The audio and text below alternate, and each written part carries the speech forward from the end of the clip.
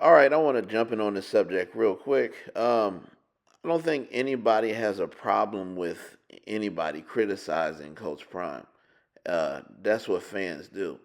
A lot of people are talking about the Matt McChesney, or however you say his name, talking with Jason Whitlock, and they're saying, "Oh, you can't criticize Prime. You're a yes man." I don't think it has anything to do with that. I think it has everything to do with the last 3 years. Jason Whitlock has been trying to slander, ruin, and destroy Coach Prime's name and his family. Just flat out disrespectful. And then last season, when they were actually good, there was nothing to be said. So we have these shock jocks nowadays where when something goes good, they say it's a conspiracy theory and they have a favorable schedule. And then when they're doing bad, it's back to, see, I told you, I told you. It's never fair and just straightforward saying, you know what, I was wrong about last year, but I was right about this year. And what Colorado fans have to understand is before that man got there, y'all were the worst team in probably all of FBS football. And nobody gave a damn about the program.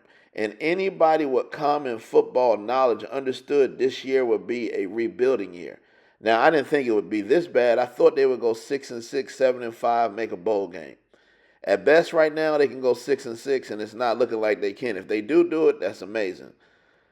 But it's a rebuilding year, and you're replacing, I think there's 7 or 8 guys in the NFL right now.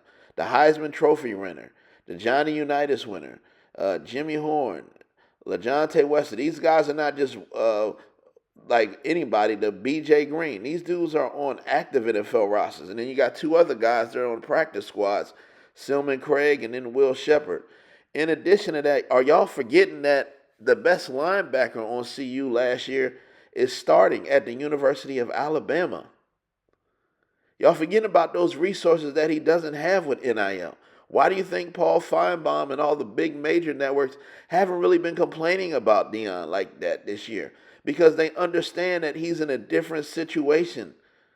He's got to rebuild, retool, and he damn sure don't have the money that Hugh Freeze had at Auburn.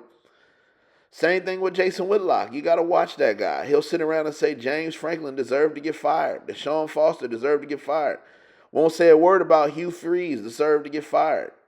And I don't think any of these coaches deserve to get fired. I'm just telling you about this selective bullshit outrage and quote-unquote journalism, which is selective and bullshit. He didn't say nothing about Coach Gundy deserved to be fired. Didn't say nothing about it. So at this point, as if Coach Prime stays at Colorado, him and Julian Lewis are going to get in the rhythm. They're going to win 9 or 10 games at some point.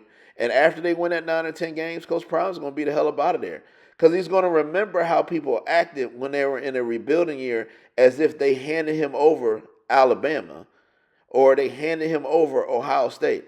Everything that has been prideful about Colorado in the last decade is because of the hype, the swag, and the stuff that he brought with it. Y'all were ranked in the top 25 last year, 9-4. The man deserves a chance to get a quarterback, get some rebuilding and all that other stuff. And you lost a crap load of starters to the SEC and the NFL. I didn't even mention the kid that left and went to Tennessee and is playing the top 25 Tennessee SEC team. So it'll be another winning year in Boulder, but Prime will throw his peace signs up and be out. And it's not about criticizing, it's about understanding what's going on. It's a rebuilding year. Be realistic.